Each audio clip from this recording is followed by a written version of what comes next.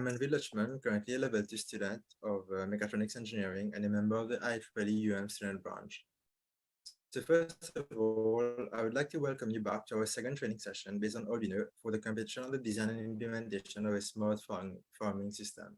Please note that this session is being recorded and streamed live on YouTube where it will remain available. I would recommend that you check out the FOE community YouTube channel where you will find the recording. You will also see the first session over there.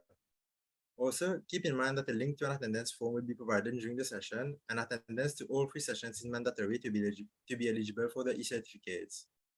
I will also be providing the link to the Google Classroom once again in case you missed it during the first session. It is imperative that you join it, as that is where you will need to submit your design soon. In addition to that, we'll also find more resources if you would like to keep learning. I would like to remind you of the main points of the competition. So as you know, it will be based on the use of IoT and Arduino in the agricultural field. It requires little technical knowledge, and so even if you're not an expert in this particular field, you will still be able to participate. We'll have another training session next week, which will cover the agricultural techniques and how you can implement them. You will need a team of at most 3 members, and you will need to start working on your design as soon as you can. The deadline for the written proposal of the design will be on the 22nd of October. Then, after a selection process by a panel of judges, if your design is among the top 8, you will need to come to a laboratory in the engineering tower on the 27th and 28th to implement the project. And the top 3 of the competition will, of course, be given prizes, which we will reveal later on.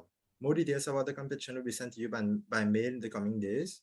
Also, please stick around until the end for Nimai Kalesa, the Vice Chairperson of IEEE Student Branch, who will talk to you about the recruitment of members. Now, before we start, I will pass on to Yashil Anup, who is going to talk to you about these events and the role they play in advancing the Faculty of Engineering. Go ahead, Yashil. Yes, thank you very much, Manveer. So I am Yashil, the current faculty representative of the Faculty of Engineering, and I wish you all a really good evening.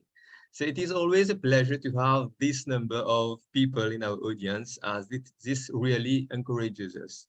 This competition is organized by the student branch, actually student branch, who has my full support because this is exactly what our faculty and generation needs. This competition is only the start of our quest to form what I call the generation 2.0 of engineers, who will be capable of overcoming all challenges that they will face.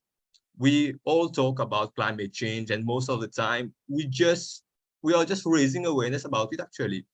We all know that climate change is right now, but not in 20 or 30 years. So if you think about whose job is it to fix this? Well, not primary or secondary schools, definitely. But I believe that it is us, the university students, who need to work together with the academia and also professional sector to be able to bring this change.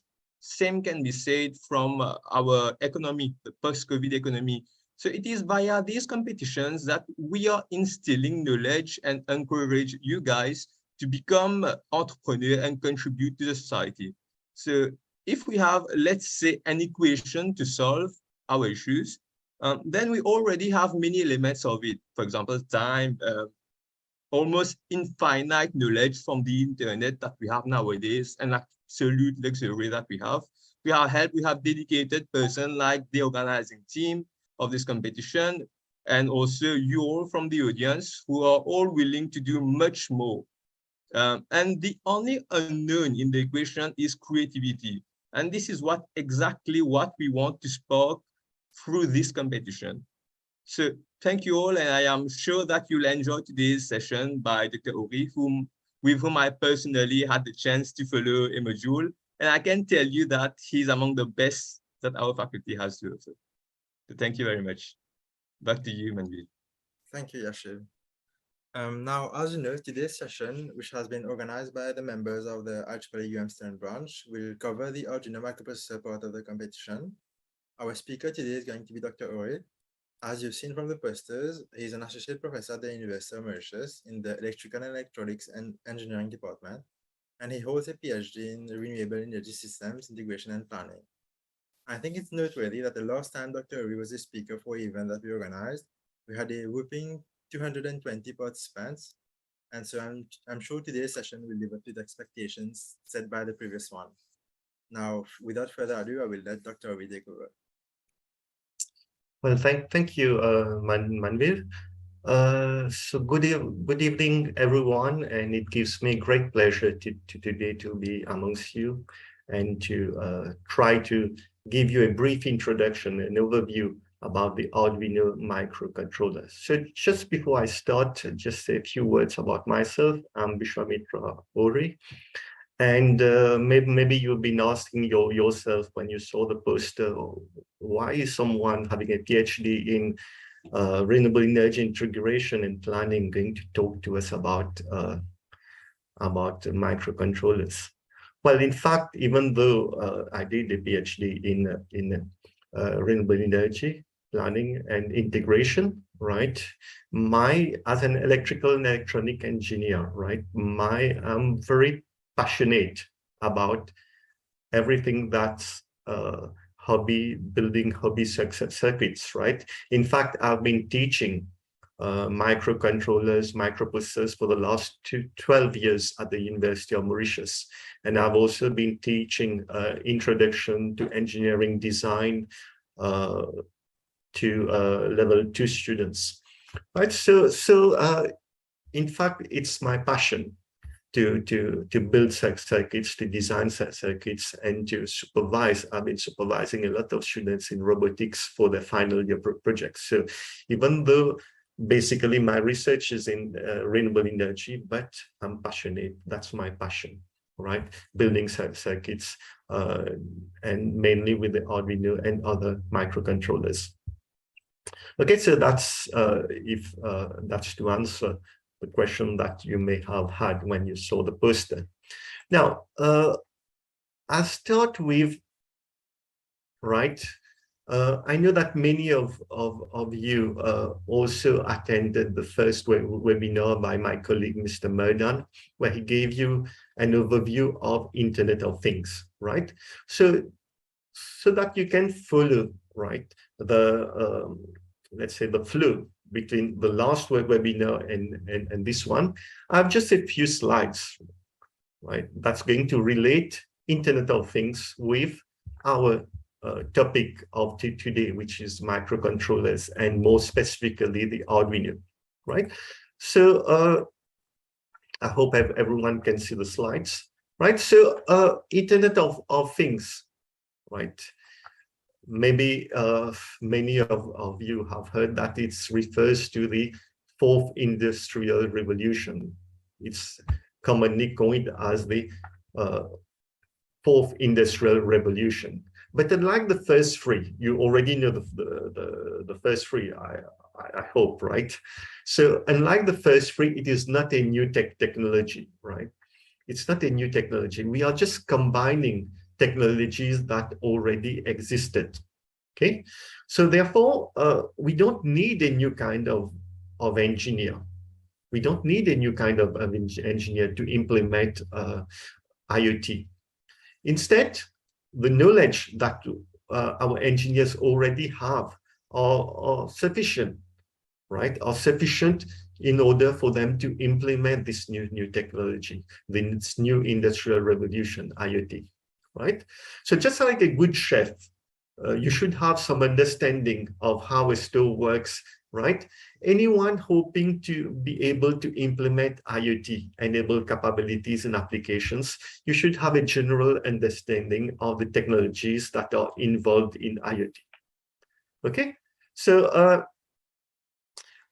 let's just see, right, what IoT is just about. IoT is about making things communicate among themselves. Now, these things that communicate among themselves, normally, traditionally, these things are dumb, right? They're dumb things, like you want to make a refrigerator communicate with human beings, or a refrigerator communicate with the microwave in your home, right? So these things traditionally they are dumb, right? If you want your light, you want to control the lamp in your house. Let's suppose you are on vacation, right, in Europe, and you want to switch on the lights. The light, as you know, it's dumb, right? You have to just, it doesn't have the capability of thinking, right? But to make it intelligent, right? You need a few things. You need to add it to, you need to equip it with a few additional things to make it intelligent, to give it the capability to communicate, right? And to make it, to give it the capability to obey to orders, and also to, right, not only to obey to orders, but also to service these orders, right? So this is where microcontrollers are going to come into, right? To make dumb things become intelligent. Okay, so let's first of all see how a process works, right? We have a process, any process. Let's take a very simple example. All of you have seen a microphone, right? You have a sound system. You have already seen a sound system, whether it's in your home or in your car, right?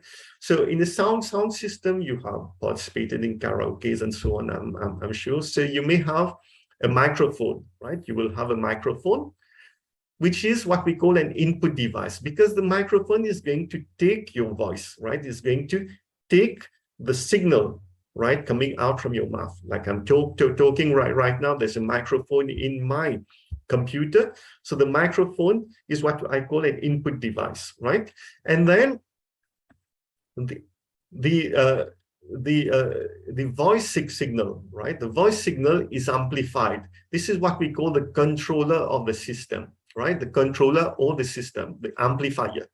And then there's the output device, which is the loudspeaker, which is how you can listen to me right now. Okay, so so these are the three basic things, the three basic components of any system. You have an input, the controller, and the output device, right? So when we talk about IoT, right, the input normally they are represented by sensors. I'm sure Mr. Maidan must have told you about this. The sensors, as the name itself implies, they sense things, right? They are able to detect things. They're able to collect information, right? If you want, let's suppose to monitor, to control the temperature of a room, you need a temperature sensor inside the room, right? So this is the sensor. The input device is going to take signal. In the case of a temperature control, the temperature sensor is going to measure the temperature, it's going to measure the temperature of the room, and it's going to feed it to a control unit. And this control unit is the microcontroller or microprocessor. Okay, now there's a difference between microcontroller and microprocessor. I'm going to come to it a little later. Now, once the control unit reads the temperature, gets the information from the sensor, it's going to actuate something. Because why do we call it a control unit? Because it's controlling something. And in this case, what it is controlling the temperature of the room. So how does it control the temperature of the room? Simple. It's going to, what we call, depending on the temperature that is read, it's going to actuate a device, normally an air conditioning unit or a fan, right? So if the temperature is below a certain degree, it's going to, right, switch off the AC, and it's beyond, let's say, a set temperature of 25 degrees centigrade, it's going to, right, it's going to switch on the AC to cool the room. Okay, so that's how it works. So of course, the actuator, there are various types of actuator and various types of sensors. We are not going to consider these today, actuators and sensors. We are going to focus on the control unit, right? So you have either microprocessors or microcontrollers, which are used as control units. They process the information received from the sensor and act accordingly, right? They take a decision whether they are going to switch on something or switch off something based on the information received, right? Now, these control units, they can, as I said, They can be either microcontrollers or microprocessors. Now, what's the difference between a microprocessor and a microcontroller? The microprocessor is what you have in your PC at home or in your laptop, right? They are powerful processors, right? They can do billions of operations per second, okay? And then they are normally used for powerful things, right? Like in computers, in supercomputers, in laptops, and so on. And then you have microcontrollers. Microcontrollers are used in normally in devices like the mobile phone, like the microwave in your home, your smart TV, right? So they are fit for a certain purpose. They are programmed for a specific purpose, right? The microcontroller in the microwave oven will be able to only heat food, right? It cannot, right? It cannot make things become cold, right? So similarly, the microcontroller in a refrigerator can make things cold, right? It can make the refrigerator make things cold, decrease temperature and so on, but it cannot heat things. So each microcontroller, they are made for, we also call them embedded systems. That is, they are made only for specific purpose, right? So these are various types of sensors that you may have, where wearables are becoming very common now, right? You have carbon dioxide sensors, you have cameras or sensors, you have PIR sensors which can detect movements, and then you have actuators, right? So information collected by all these sensors will be sent to microcontrollers, right?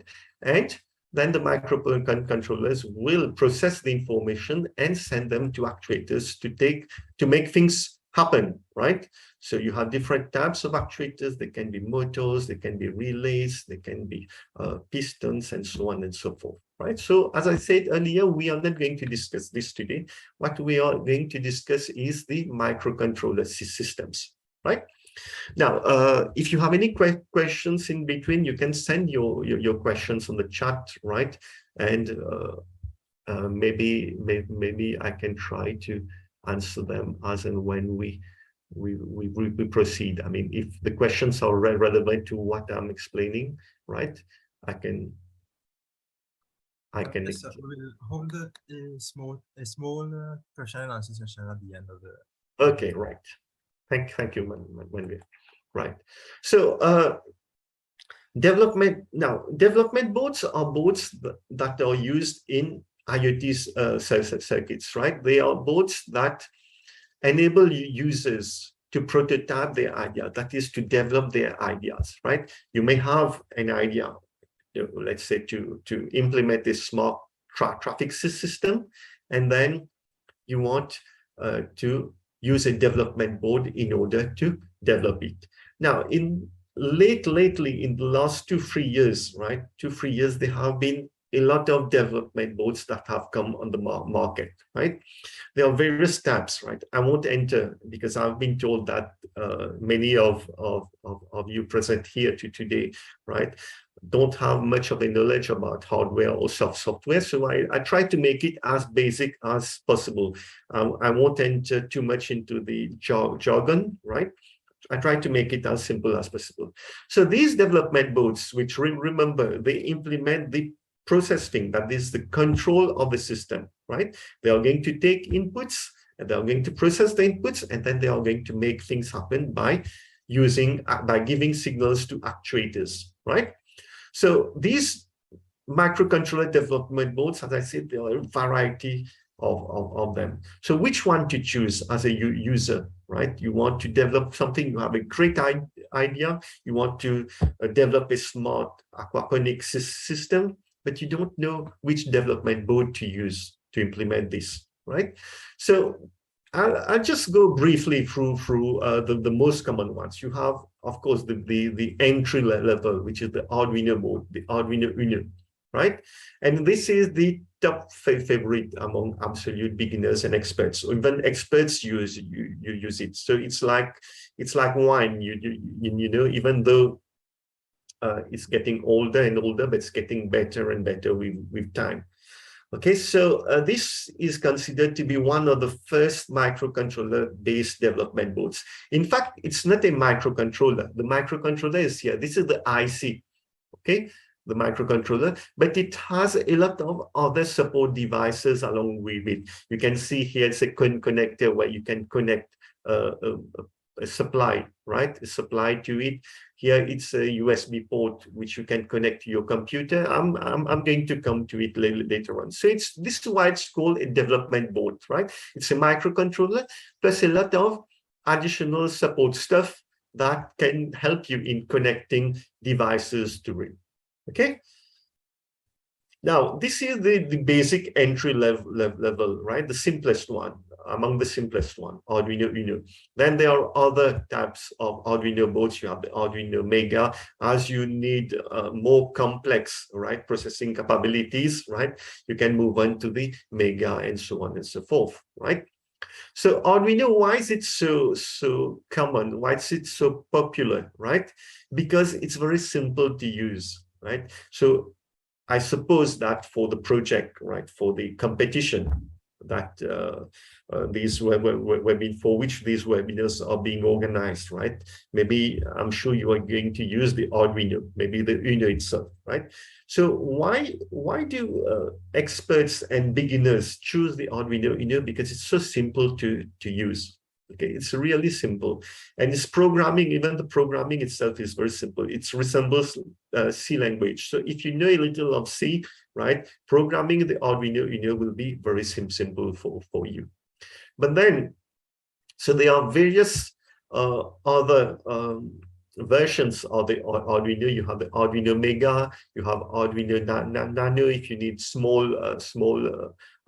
you are developing a small prototype that will fit in your arm, right? Then you can, of course, you can't use a big board. You are going to use the Arduino Nano. You have the Arduino Ju, the LilyPad Arduino Yun. So you can read about this. There are different types of Arduino boards that exist, and it's and every year new boards are coming on the market, right? So and then the second type of board that you have is the Raspberry Pi. This is becoming again more and more common, and every year again you have new Raspberry Pi boards that are coming. I'm sure all of you must have heard about the Raspberry Pi. Right now we have the the latest one is the Raspberry Pi 4. Okay, it's a small computer in itself, right? And it's very powerful. It is the size of a credit card, but it's very powerful. I think the Raspberry Pi 4 cost about $55. That was pre-COVID. Now maybe the cost price is $55, but with COVID, with the increase in freight and so on, now in Mauritius going to cost you a lot more because of freight, right? But it's a small computer in itself, and it comes with its operating system and so on. You can connect, right? You can connect a mouse, you can connect a keyboard to it, and you can connect a screen to it. Yeah, you have a VGA port here. You can connect the computer screen to it, and then you can operate it as a computer and do some basic operations. The Raspberry Pi, you can do even more complex operations with it. Okay, so Raspberry Pi is very common, slightly more complex to use than the Arduino, but still it's very common.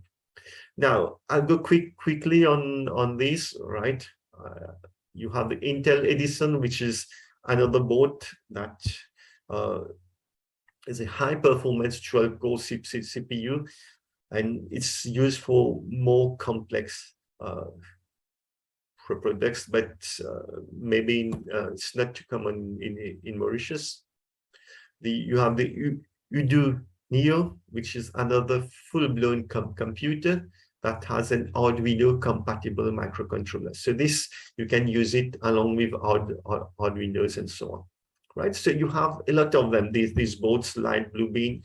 I don't worry about this. I'm just telling you what types of different boards that are available. That is, the Arduino is not the only one, right? You have a lot, Adafruit Flora, right? This is used a lot in wearable electronic platforms because it's quite small, right? Very powerful, very small, and it can fit really on the arm, right? It's specifically built for wearable devices. You have the Tesla, you have the particle photon, and right, I'm just, you have also the chip. This one has recently become very popular also, the chip, right? Because it's very small, very cheap, $9 on only. It used to cost $9 pre-COVID. Now with freight and so on, I'm sure it's right. It's become more expensive. Okay, it has a powerful 1 gigahertz per processor on it, so it's very quick, very rapid. Only thing issue is that it doesn't have an HDMI output pin on it, right? So that's the problem. So and then this is the ESP8266, right? All those who use Arduino must be familiar with this board, the ESP8266. It costs only $2, right? Pre-COVID, right? If you buy it on AliExpress, it will cost around $2-3. But the freight, as I said, will. So this one, the Arduino Uno doesn't have Wi-Fi capability. So if you want to use the Arduino with Wi-Fi capability, then you can supplement it with an we can connect it with an ESP8266. So for $2-3 additional, you get Wi-Fi capability to your Arduino.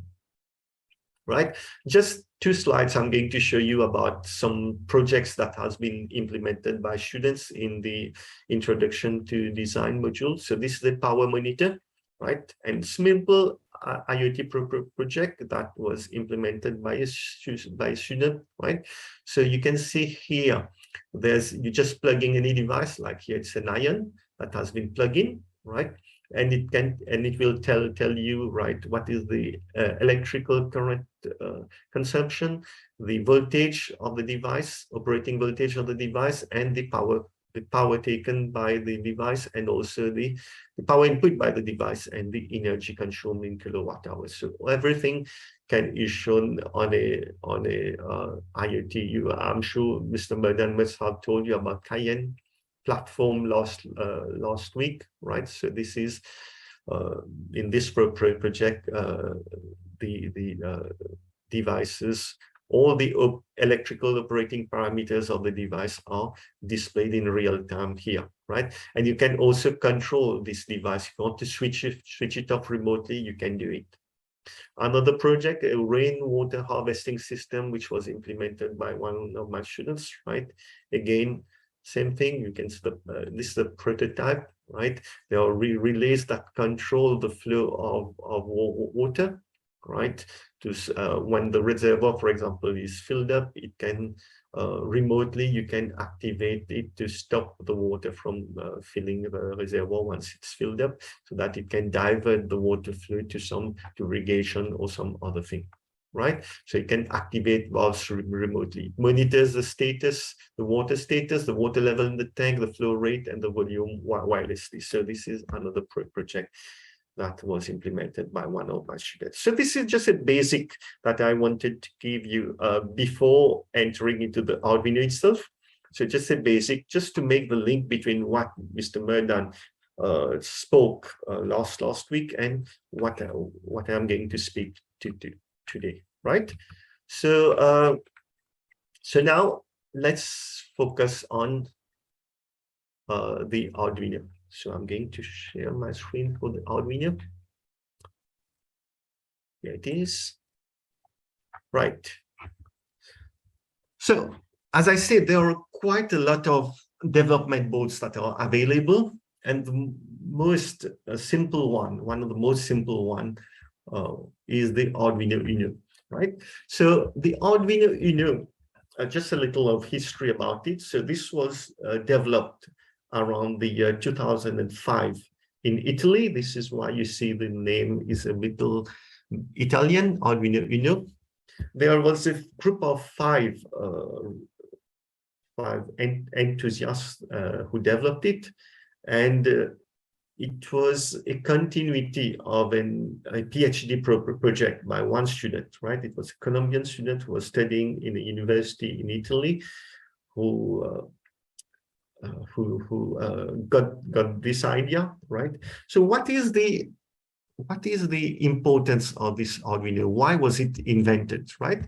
You see, before the advent of these development boards, right, what happened is that to be able to program something, to be able to control something, let's suppose you want to control the lighting remotely, yeah, you had to use microprocessors. Now, microprocessors, to use them, you needed to understand the language of the microprocessor. The microprocessor, just like any digital device, it understands only zeros and ones, strings of zeros and ones. So you needed to understand this, the language of the microprocessor, which is quite complicated, right? My students here, I'm sure those who did microprocessors will agree with me that you can't learn it in 1 or 2 days. The Arduino, the language of the Arduino, you can learn it in 1 hour.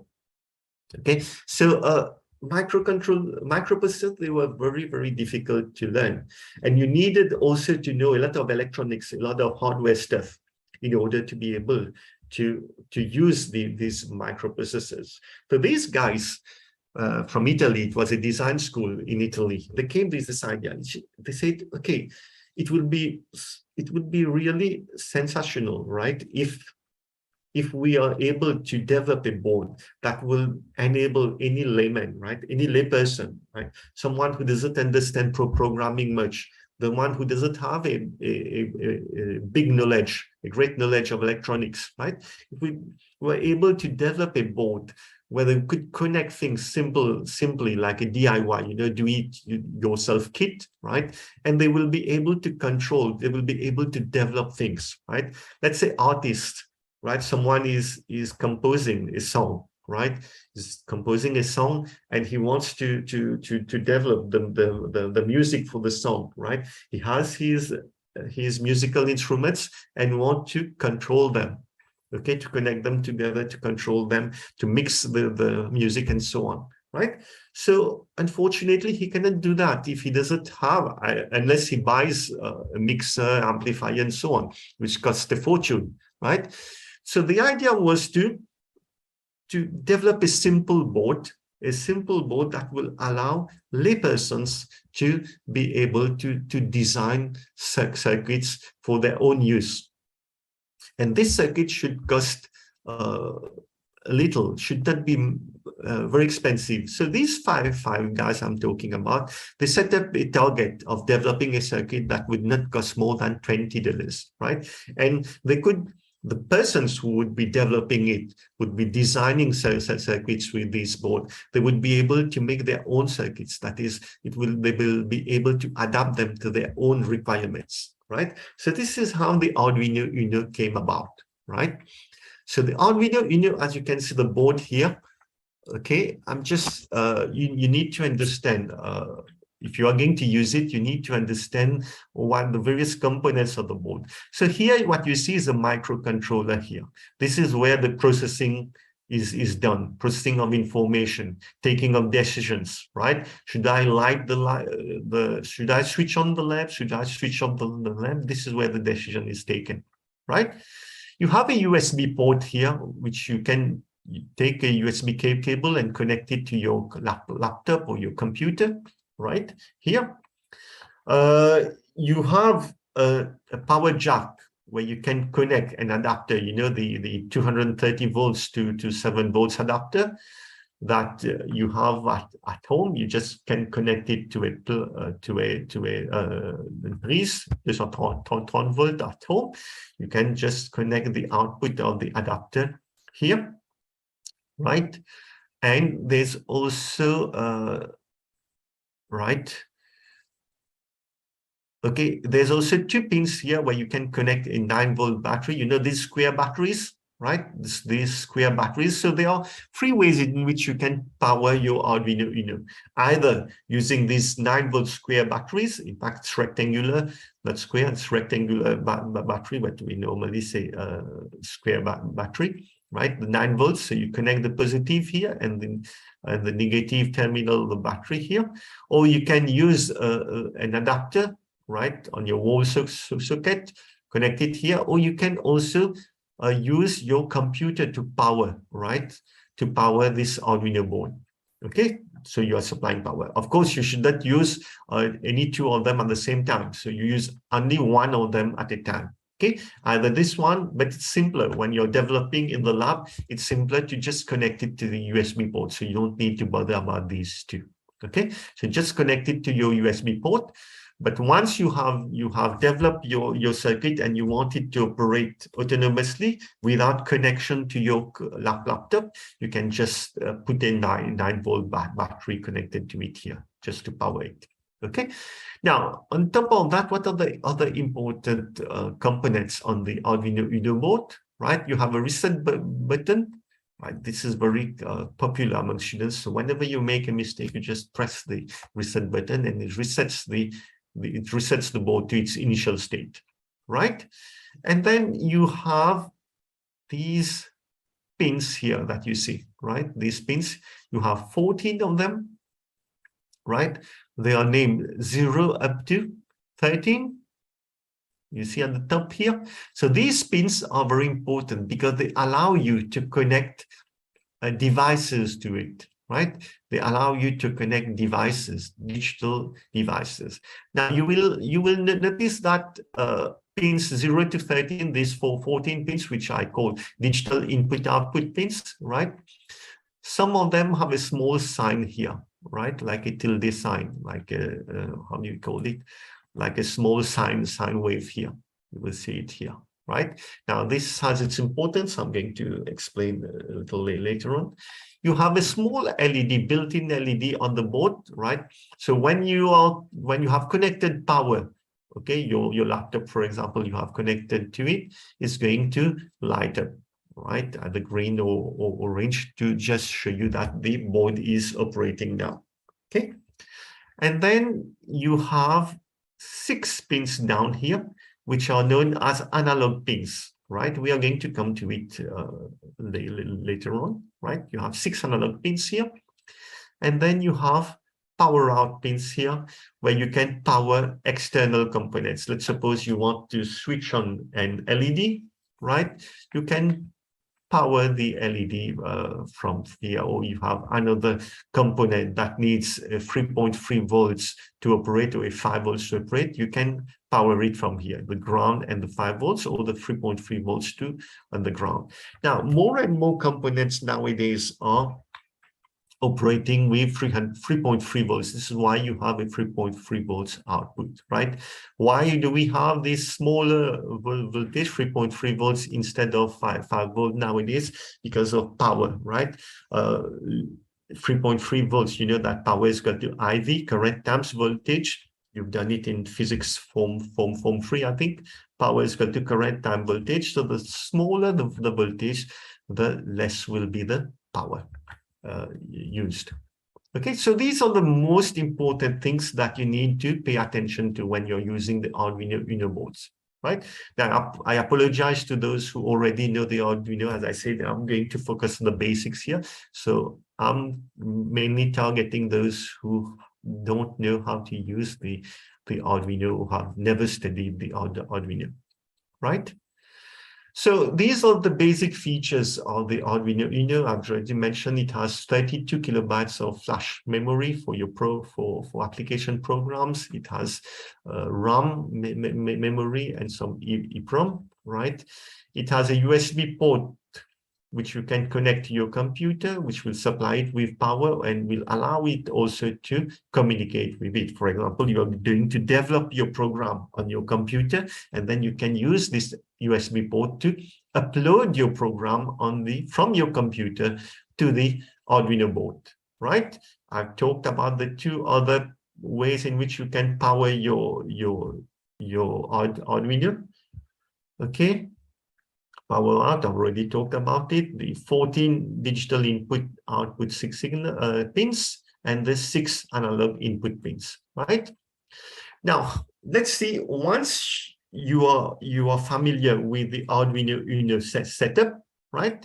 Next, how to use the Arduino Uno. Now, to be able to use it, you need to download a software, right? A software which is available freely on the internet. So this is the website. I hope you can see it clearly. It's arduino.cc, right? You go to this website, you are going to see, right, the software is available. We call it the Arduino Ide. Ide stands for Integrated Development Environment. That is a software environment on which you can develop programs that will make your Arduino work. Right, this is what it means, IDE, right? So you choose, if you on your laptop, you have the Windows version, you download the Windows version of the Arduino IDE. Once you downloaded it, you just double click on the icon, and then it's going to launch the IDE, right? Once you've launched it, you just plug in your Arduino board, right? You just plug in your Arduino board to it, to your Arduino Uno. You connect it with your USB cable. And then, as I said, once you connect it to your USB cable, if the connection is fine, right, the onboard LED will light up to tell you that, okay, your Arduino board is powered now, right? So now, once you've done this, it's time to write your first program. So how can you write your program? Now, just to tell you that in Arduino, we don't say program, we say sketches, because as I told you, the Arduino was developed for lay people, that is people who don't know electronics. So like artists, so artists, they don't write programs, they write sketches, okay? So this is why we call them sketches. So this is, once you launch the Arduino IDE, I've just explained the previous slide, right? This is what will appear on your computer screen, okay? You are going to have a screen like that. You're going to have various menus here, file, edit, sketch, and so on. And then you have some shortcut keys here, shortcut icons here, which you can use. Here's a text area when you can write your program, okay? You are going to have your title bar and so on. So let's see basic things, right? So I'll just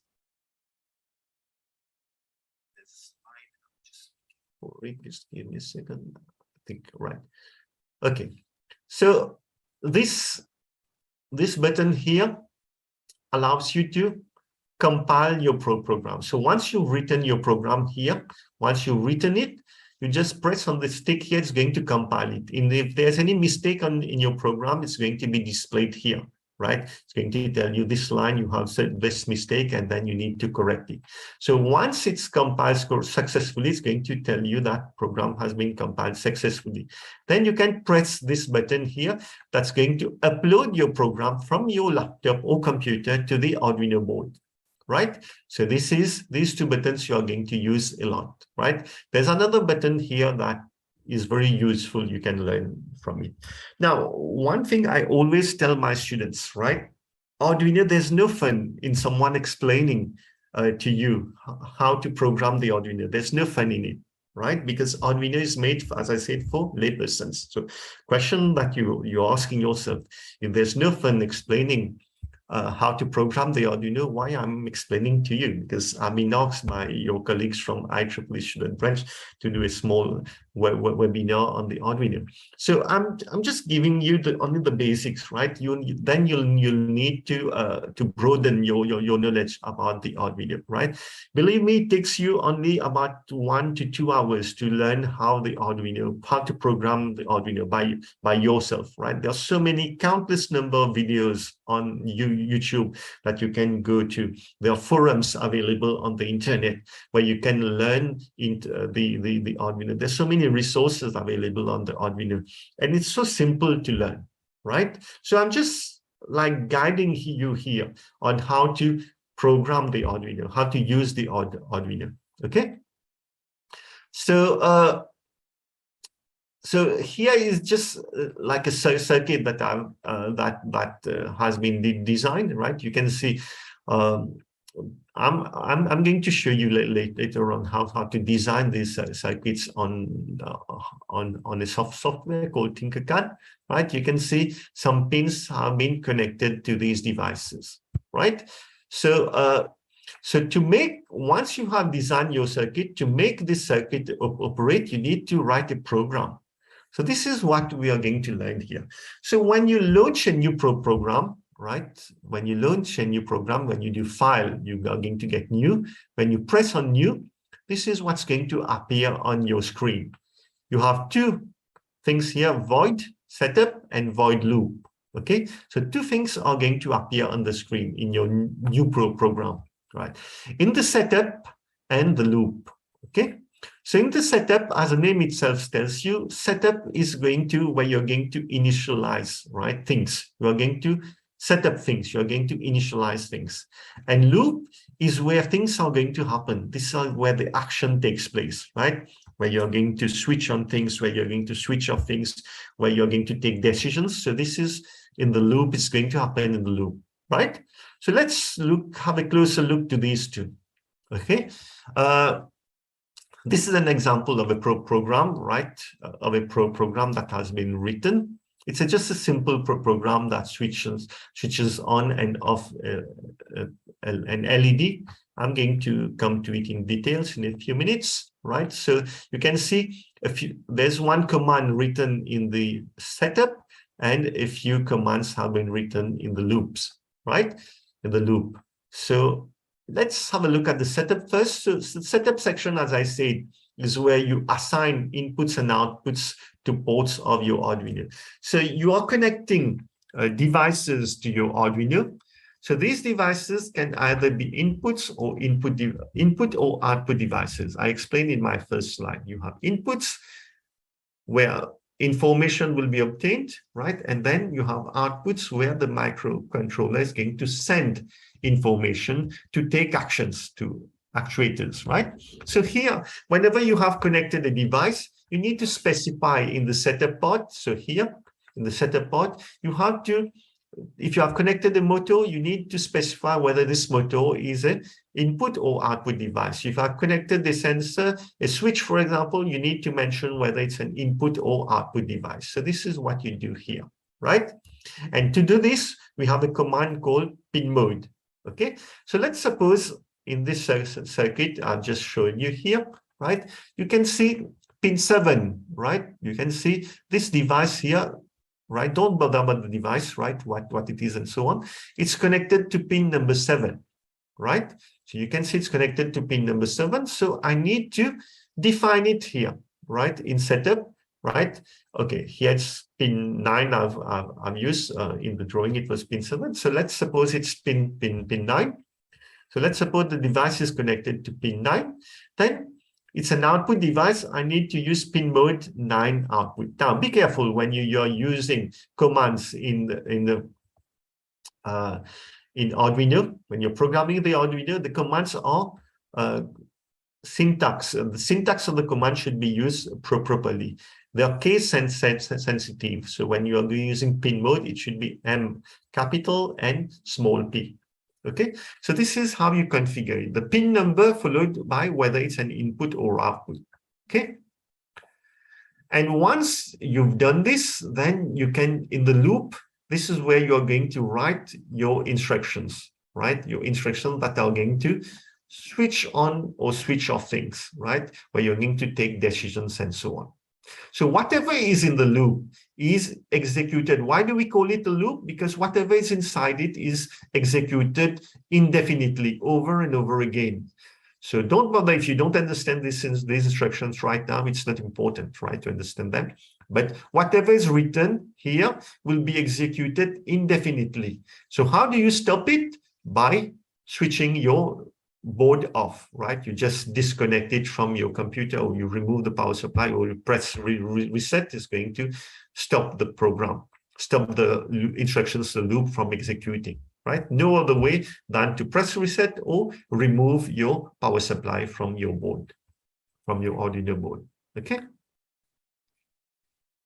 Okay, so we are going to come to these in a few minutes. So Sometimes you need to use variables also, right? Variables, those who know a little of programming, I don't need to explain. I'm sure all of you present here know a little of programming. So a variable, right, is a place where you store a piece of the data. You give it a name, a type, and a value. For example, I can give a name, lead pin, a variable in name, lead pin. It's defined as an integer, and I give you it a number. I assign a number 13 to it, right? So this in the program, it means that pin 13 of the microcontroller will be connected to a LED. So this is why I call it LED pin. So okay, and then there are other functions that you can use in Arduino that are already pre-programmed, and you can use these functions, right? So these are pre-programmed functions. You've seen them: pin mode, digital read, digital write, analog write, analog read. So these are the 5 most common essential functions that you're going to use in pin mode. You're going to use it in setup, and these 4 you're going to use them in the loop, right? And then there are additional functions that are very useful, right? We'll come to them later on as we move on, okay? You have delay. This is to implement a delay in your program. So if you want to wait for a few milliseconds, for a few seconds, you can use this.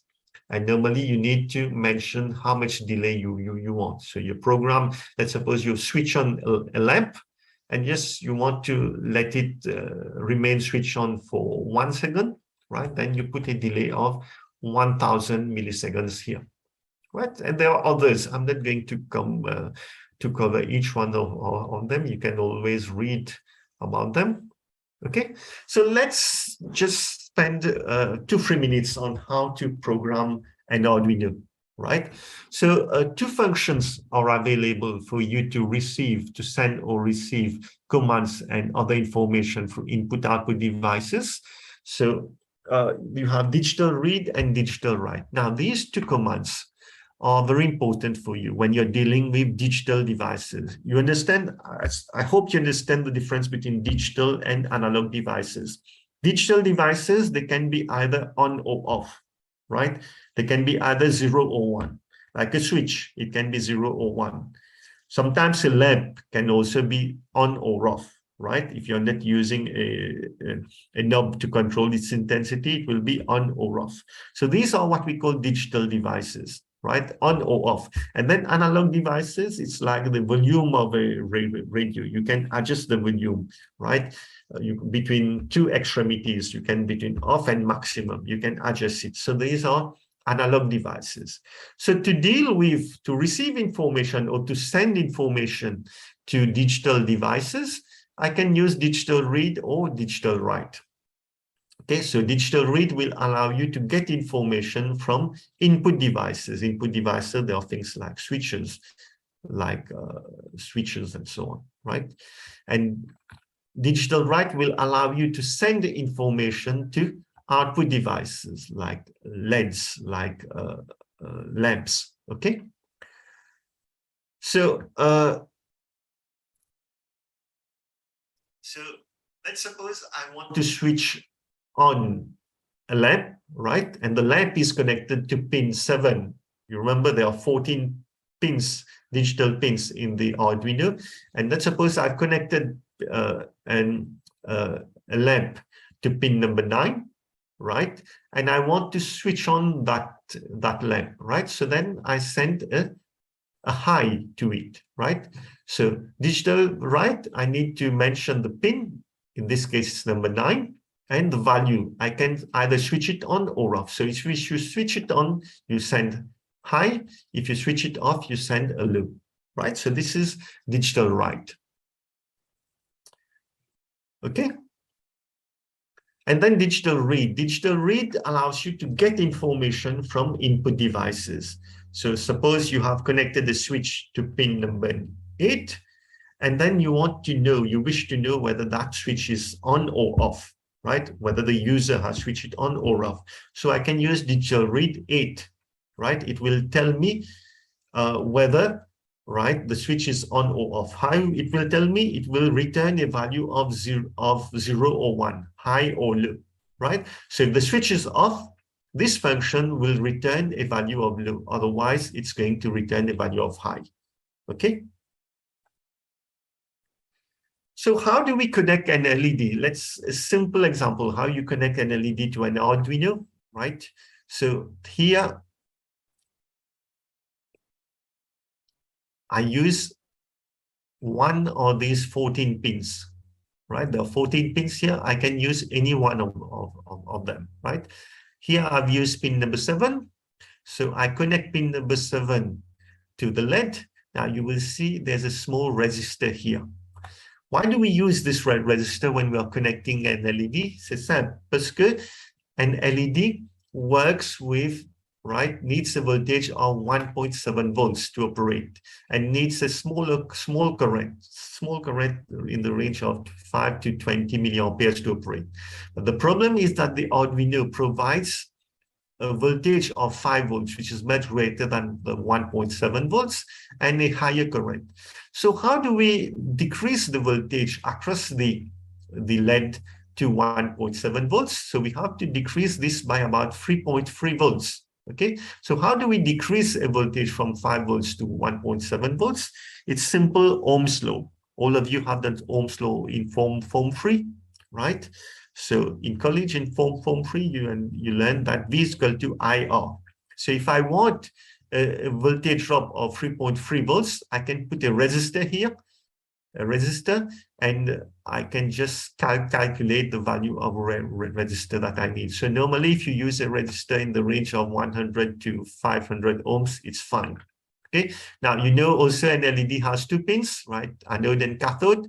Okay, don't need to remember anode and cathode. Which one anode and cathode? Simple way to remember it, the longer pin, right, is the positive. It has to be connected to the positive terminal, and the smaller pin, right, the shorter pin, you connect it to ground. The shorter pin is negative, so you connect it to ground, right? You will see it's connected to ground here. The shorter pin connected to ground. So I repeat, pin number 7 is connected to the positive pin or the LED, right? Through a resistor. The purpose of the resistor is to bring the voltage down from 5 volts to 1.7 volts, right? And then the negative pin is connected to the ground. So this makes a complete circuit now. Now, I hope you know how to use a breadboard. A breadboard is used for prototyping to allow us to connect components, right?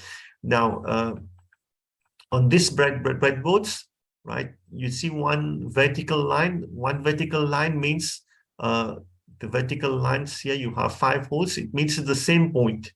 So when I'm connected the wire from here to here, right, and the resistor is connected to the same vertical line here, it means that these two are connected together.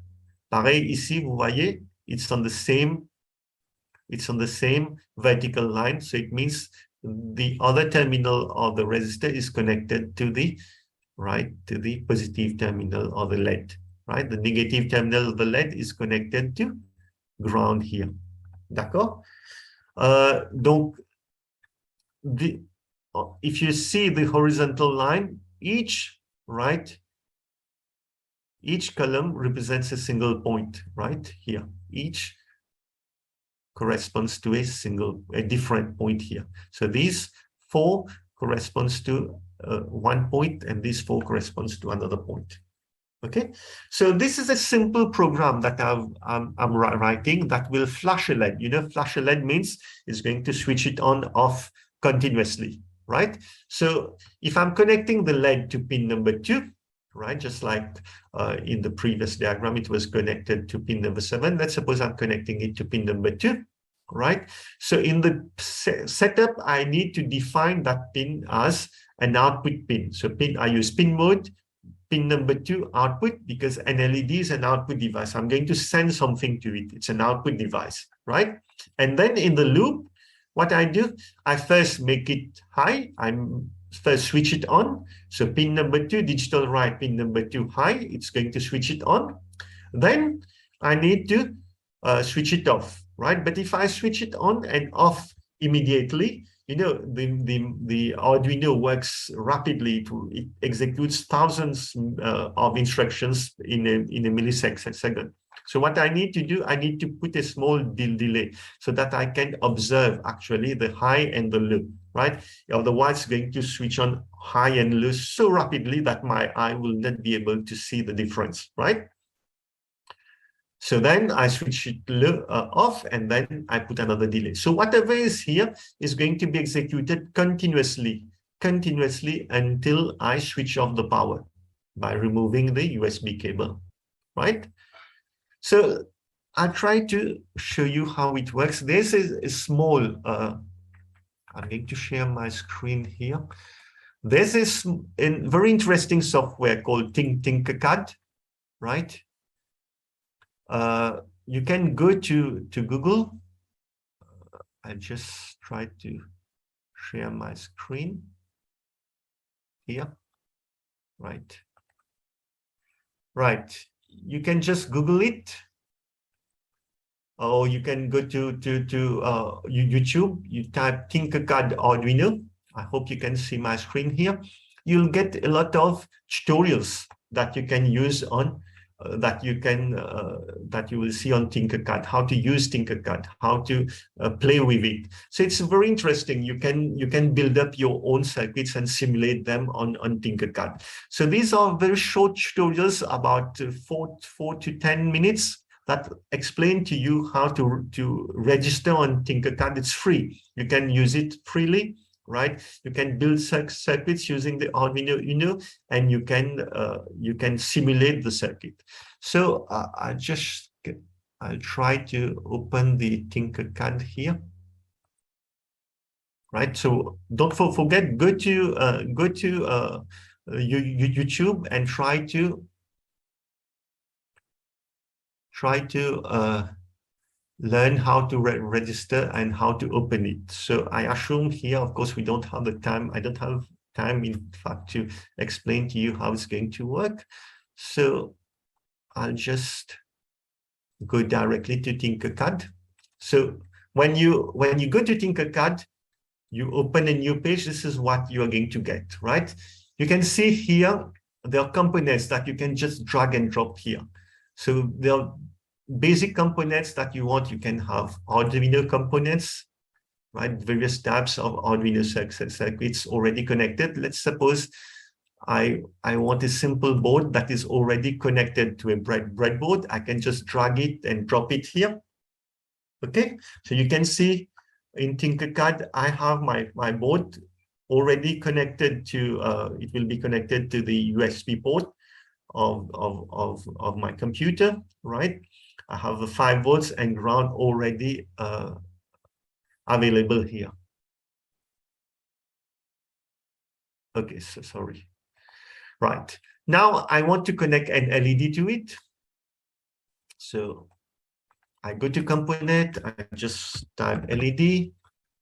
It gives me an LED, right? I connect it here. I bring it, drag and drop it to my circuit board, to my breadboard. Now you can see this is the longer pin, the anode, which is the positive.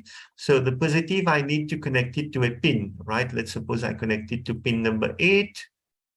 I just drag it here, and that one is connected. I also need a resistor. On a vu, I need a resistor to make it work. But sorry, I need a resistor to make it work. So I just look for a resistor. Right, I just bring it here. Right, so I connect the negative. I can connect the resistor before or after. It doesn't matter, right? And then the resistor goes to ground. Ground, c'est là. Yeah, the ground is here. Right? So this is my circuit. Pin number 8 is connected to the positive of the LED. Negative is connected. The cathode is connected to the resistor, which decreases the voltage to 1.7 volt across the ELA. It is connected to ground. Okay. Now, I need to write the code for it. Now you can see the code is very simple to write. When you press on code, you get this. You can just drag and drop. You don't even need to write code to it. So for example, set pin 8 are connected to, so I need to set it to high so that it switches on. Then I need to put a delay, right? Let's say wait 1 second. Then I send a 0 to pin number 8. So I don't even need to, in Tinkercad, I don't even need to write the code, right? And then I implement another delay. So even in the setup, so this is the setup and the loop. In the setup, I don't need to put pin mode because it's once I define pin 8 here, it knows that pin 8 is an output. So you can see here, start simulation. So if my program is fine, right? Okay, it should switch on and off the LED every 1 second. So I can start the simulation here, right? So you can see when I press start simulation, the LED switches on and off. I hope you can see it on your computer because here I can see it, right? If I want to stop it, stop the simulation, let's suppose I want to increase, right? I want to increase it to 2 seconds, right? So I switch it on for 1 second, switch it off for 2 seconds, and I start the simulation. So you will see that now, right? It will be off for 2 seconds and on for 1 second. Right? So like this, you can make a lot of different circuits in your you using Tinkercad. You can see it's free. It's really interesting for students trying to learn the Arduino. You can try your programs. It takes you only 15 minutes to get used to it, right? So that's a simple program that I've been able to implement here. It's already 8:10. I think many of you are feeling hungry, including me. So sorry about that. I have just a few more slides, right? 10 more minutes. Let's bear with me. 10 more minutes, right? So up to now, what we have done is, right, is just sending information to an input device, collecting information. We know how to collect information from an input device, and we know how to send information to an output device, digital information, either on or off, right? Now, sometimes we need to make decisions in our program. Let's suppose we want to flash the LED if a switch is on. If the switch is off, the LED remains off completely. So when you need to make decisions like that, you can use, just like in C programming, you have if and else conditions. Here also you can use it, right? For example, if you have a switch connected to pin number 2, right, you can use if, right? Pin number 2, let's say digital read 2 is equal to high, right? Then it's going to switch on and off the LEDs. Else, it's not going to do anything. Okay, it's going to keep it off all the time. So just you need to know a little of C. If you know this little of C, you can easily use this if and else conditions to make decisions, right? There are other decision-making statements that you are familiar with. I'm sure if you've used C, or if you know C, like do statements, while condition. While conditions, you do say statements. You have the switch also, switch statements that you can use, right? So all these, if you need to make decisions in your program, right, like switch on the AC if the temperature is below a certain degree, then you can use these conditions. There are operators also, just similar like in C, right? Comparison operators. If you're comparing, let's say the temperature should be less than 25 degrees, like you can use, right, these operators. Or if the temperature is equal to 25 degrees, you can use this. Okay, now if you have two conditions, right? If you have two conditions that occur simultaneously, then you can use logical AND, right? If there are two switches and both switches should be off, then you can use the logical AND, right? Of course, in 1 hour, it's quite difficult for me to go in detail through this, but I'm assuming that you know a little of C, so you can use this. Okay, now just a last thing before I finish, right?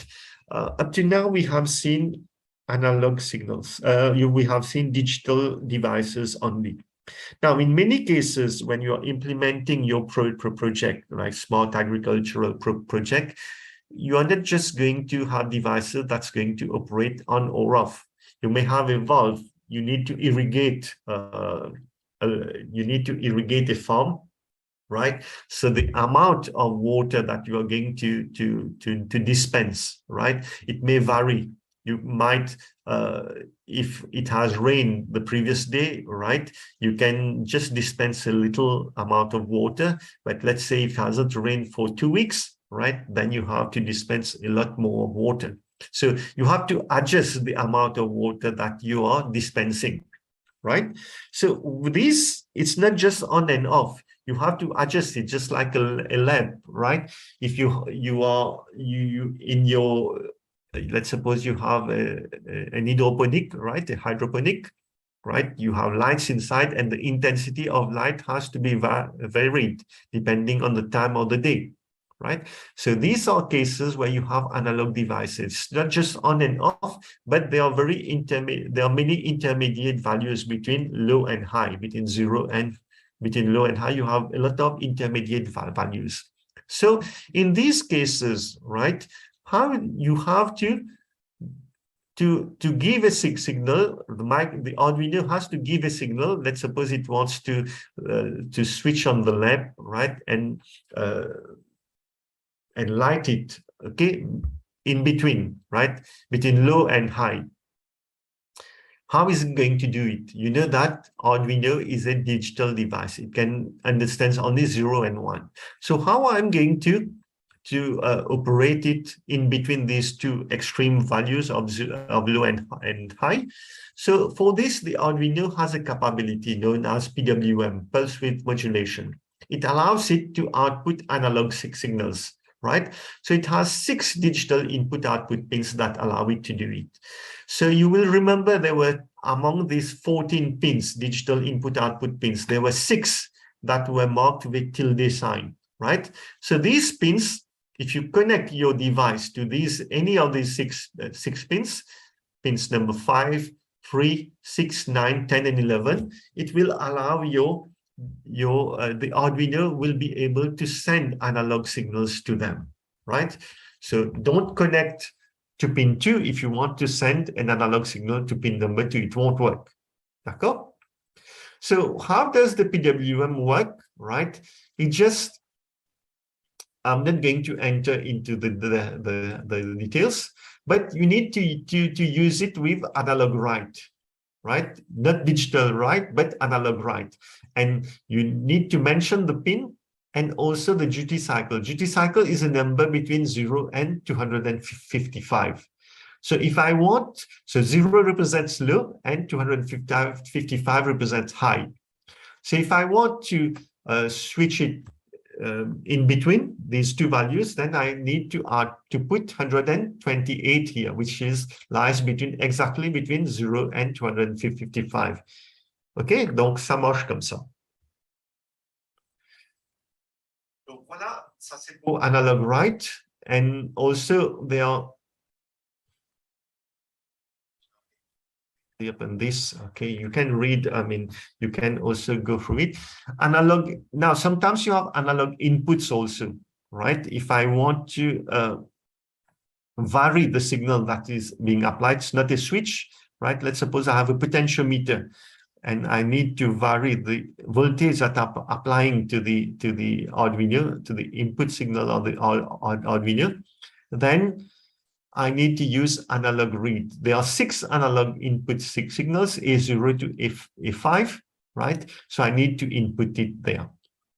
And then if I input it to pin A0, I use analog read 0, right? There's a mapping also that you need to do when you're using analog signals. You can read about it, okay? Because otherwise we are going to, it's already 8:20. So I think I'm going to stop here because it's already 8:20. I'm going to take a few questions. So I apologize if I've been too quick, and there are a few things that I can't cover. Time is limited. I'm sure you will understand that I can't cover everything in. I've already taken 1 hour and 10 minutes of your precious time, right? So let's go to the questions. Thank you for your attention. Any question? Okay, thank you. We'll just take a few questions. So the first question is, what is the name of the software to build the circuits? Think you mean the simulation software, right? The simulation software is Tinkercad. You can use, there are others, right? Proteus, for example, you can use Proteus, right? Now, there are two softwares. There's one software for the Arduino. This is the Arduino Ide, where you write your programs. So this, you can download it from the Arduino website, arduino.cc. Right? You just type arduino.cc, you get the IDE, you download it, and you start writing your program. This is what I explained on the Arduino IDE, right? And then if you want to simulate circuits before you actually build it in the lab, right? You want to simulate a circuit, then you can use Tinkercad. Tinkercad is very easy to use, just like I've given you a small example, connecting a LED and flashing it.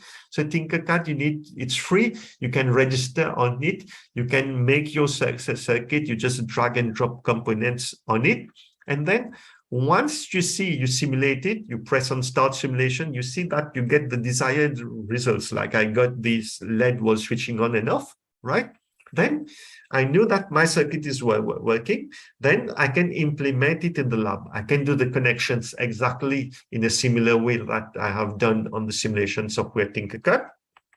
Then I can also write the program, because the program will be given the drag and drop things that I did on Tinkercad.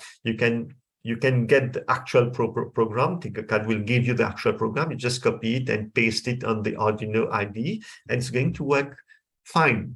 I mean, if your connection has been done properly.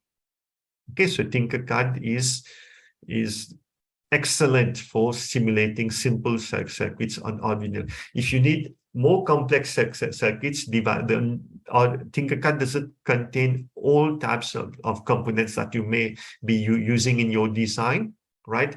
Then you may go for Proteus. Proteus is a software. It's a paid software, but I know that students are very resourceful. I'm not telling you to download pirated copies, but you are very resourceful. You understand what I mean. Yes, thank you. And I'd also like to add that on the Tinkercad software itself, there are lots of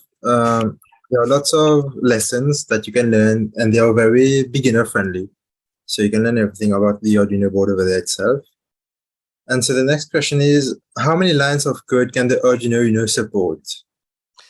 Well, it can support a lot of lines. I don't know exactly how many lines, but up to now, I've never met a student that has told me that his Arduino Uno, he has written a program that is longer than the Arduino Uno can support, right? I told you it has about 4 kilobytes of memory for application programs, so it has sufficient.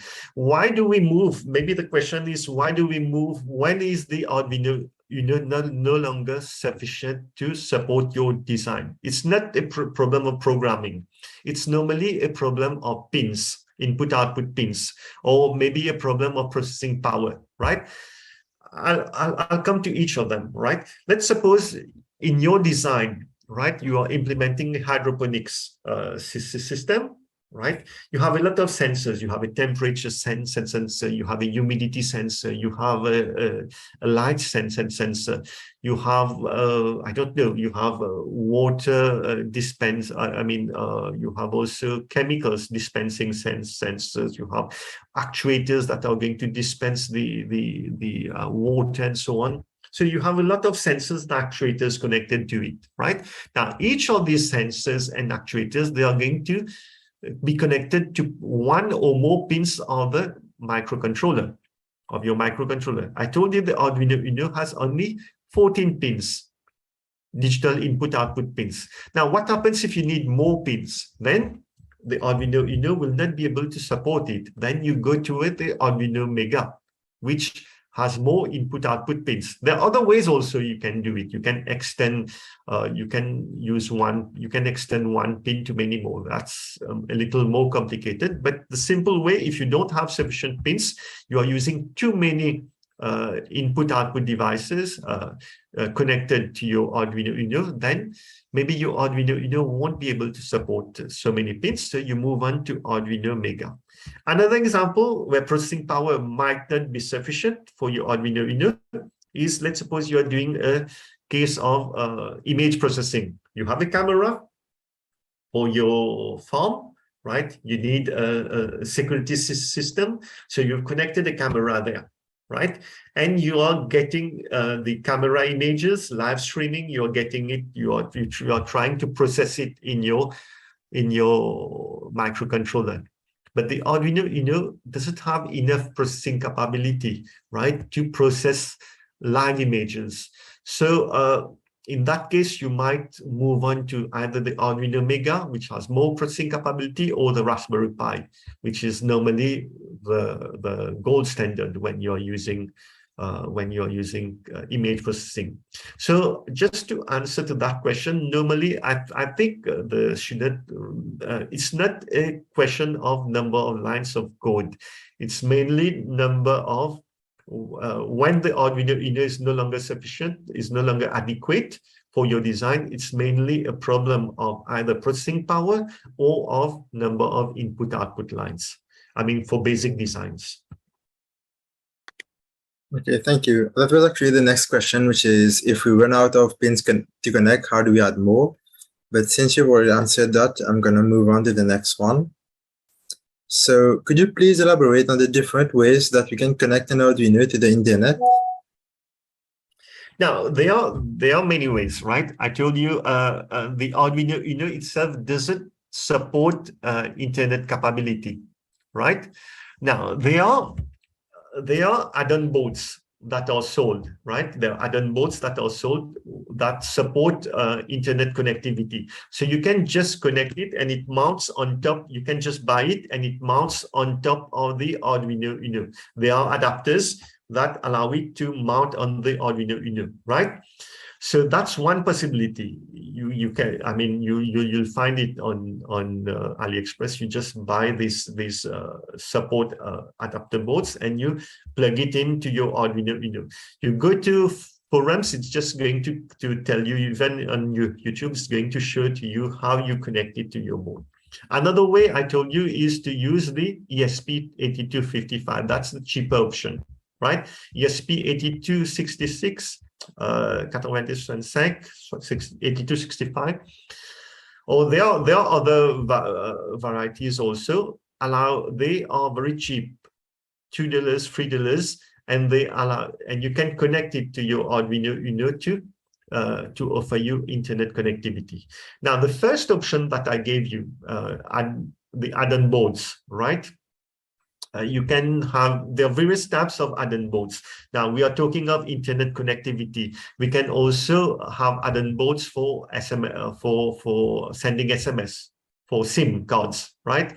You have add-on boards also for additional data acquisition if you need to collect a lot of the data in real time. So you have add-on boards that allow you to connect a memory card to it, where you can select, where you can collect a lot of the data and then take out the card and connect it, right? So for sending SMS also, you have add-on mode. So these are two possibilities that I've given you. There are others also, but two commonly used possibilities, right? Okay, thank you. We're going to take a last question now because we're running out of time. So could you please briefly elaborate on the use of libraries to control peripheral devices such as sensors and motors? Right. There are, in fact, the Arduino on the Arduino website, they constantly update their libraries there. Okay, so if it happens that, right, if you're downloading the newest version of the Arduino or the Arduino or the Arduino Ide, right, you are going to get the latest libraries in it. Now, sometimes there are devices that come, right? There are manufacturers that are constantly making new devices, right, that require additional libraries, all right? Now, normally these libraries are available on the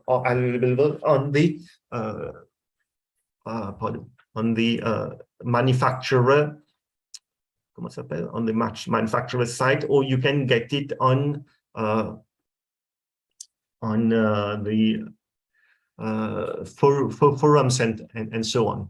So just to tell you that you don't need to redesign the wheel, right? You don't need to reinvent the wheel. Most of the programs that you would like to write, right, they are already available on forums, or even on if you go to Tinkercad, you will see some sample programs. Even on the Arduino Ide, you have a lot of sample programs, right? Now, these programs and the libraries that you need with these new sensors and so on, they are normally available also on forums, right? You can go to forums, download them, or normally on the manufacturer's website also, you are going to get the libraries. Now, there's a lot of research that you have to do when you're trying to implement something, right? Something new, innovative, right? It may happen that there are some programs that you are going to write. There are some libraries that are corrupted that you are going to download on the net that are corrupted. So make sure that you go to the correct forums who are going to indicate you. These forums will indicate you the proper devices. There are some forums that are more reliable than others. Okay, I'm sure students, my students who have worked on Arduino, right? On Arduino projects, they have, I mean, it's they have spent hours and hours looking for the correct programs, for the correct libraries that's going to support their devices and so on, their sensors or actuators, right? So there are lots of time you are going to download libraries that are not going to work right away. There are sometimes there are some, I know students have also had to just play around with the codes in some cases to make it work, right? But that's for more complex applications. I don't think for the applications for the smart agricultural systems that you have to go to this extent. Right, I hope I've been able to answer to your questions. Is this the last one or any? Yes, sir, that's the last one. So before I hand over to you, Manlia, I just want to thank you very much for inviting me. And I thank the students, the audience here, right, in the audience here, for having been patient with me to listen for more than 1 hour, right? So thank you very much, and I hope to that whatever I've been explaining to you today will be helpful to you in your design. So thank you very much. Okay, thank you, Doctor. So if you have any further queries, feel free to send them to us personally, and we shall relay them to Dr. Uri. And thank you very much, Dr. Uri, for your time. It was very interesting and insightful. Now, as I mentioned earlier, Nimai Kalesor, the Vice Chairperson of the Archipelago student branch, will address a few words to you. Go ahead, Nimai.